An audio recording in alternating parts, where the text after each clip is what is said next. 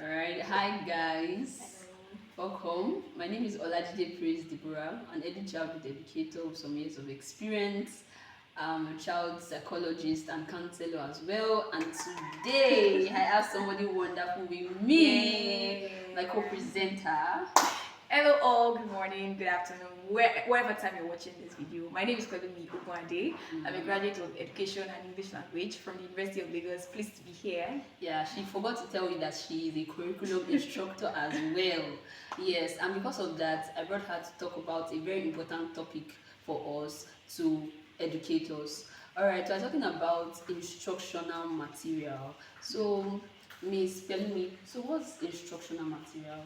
What can be your definition of that? Okay, I'll be coming from the perspective of somebody that has a background in education. Okay. So, instructional materials can be a tool and it can also be something that is part of the learning process. So, there are tools and materials that enhances the learning process. So, instructional materials are guide, they are supplements, complements of your lesson plan. As much as they are part of the curriculum, it's something that needs to be worked on and developed efficiently to ensure that the different learners in the class, because we have individual learner differences, so these instructional materials can meet the need of a specific child in your classroom, because some may not learn from the lesson notes, some may not learn from the explanation, they will learn from the things that they see and the things they're able to do. So instructional materials cut across audio, visual, the ones you see, the one you hear, the one you touch and feel. Yeah, that's Thank you so much for that. Thank you. Alright, so I want to also know what's the importance or the essence of instructional material in lessons, like the use. Okay, so majorly the first one is that it bridges the gap between abstract and concrete learning. So I remember then in school, they are teaching you sources of water, rain water, tap water, river water. And then our teacher told us, you go and get water from you get rain water, tap water.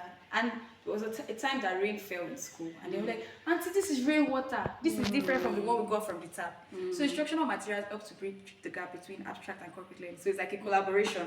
You told me this, and now I can see it, I can do it, I can hear it. So that is the major one.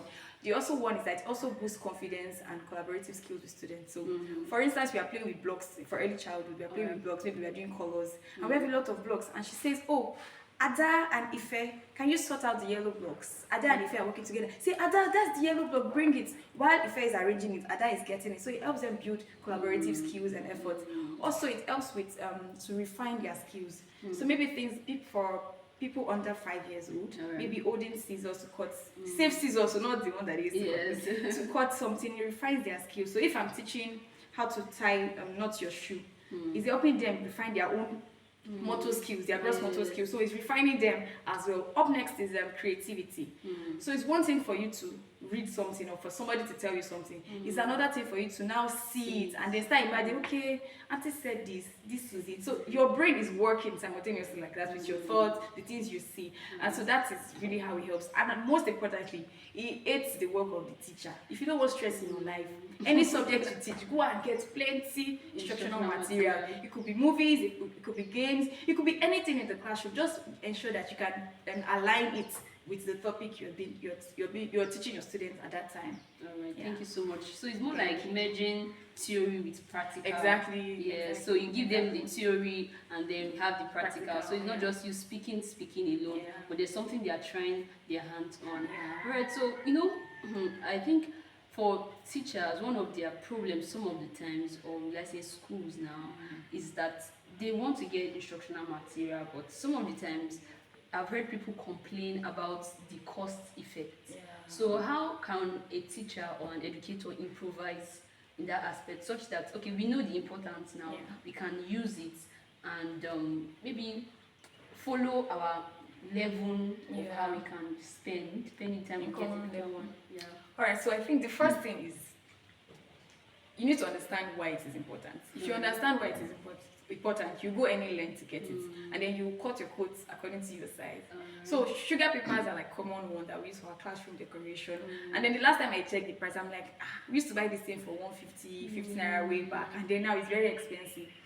So the thing is, your used paper, exam questions, answer scripts, what are you using the plain pages for? You could use that as a coloring sheet, for people that don't have anything at all. Use that as a coloring sheet. You have data, download one YouTube video on colors, on numbers that you can play for your students on your phone. You can do it in groups, 5, 5, 5, 5, 5, and then at the end of the day, the whole class has access to it. And the next thing is, for as a teacher, you have to be very creative. Teachers are not always paid well, but our creativity is out of this world. So the little things in your class, you can use a ball to teach different subjects. You can use a ball to teach math. You can use it to teach English. You can use it to teach science. So just being able to be creative and maximize the things around you. Get your skills.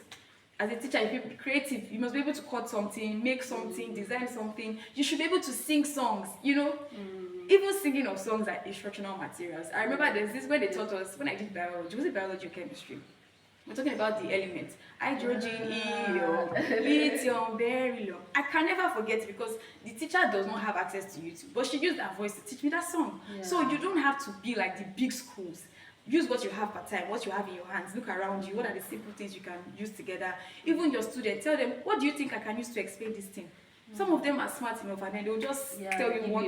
Exactly. So maximize the little things you have around you. Don't look for the big things. See the big things and look at how you can duplicate them with smaller things in your environment or in your classroom. I hope that really answers the question. Yeah, of course. Thank you so much. All right. So, lastly, I want you to give just any advice to an educator out there, just to encourage them, because like you said, some of the times educators and teachers are not well paid as they should, but then just an encouragement for someone watching this. Okay, I think the joy of most teachers doesn't come during the teaching period.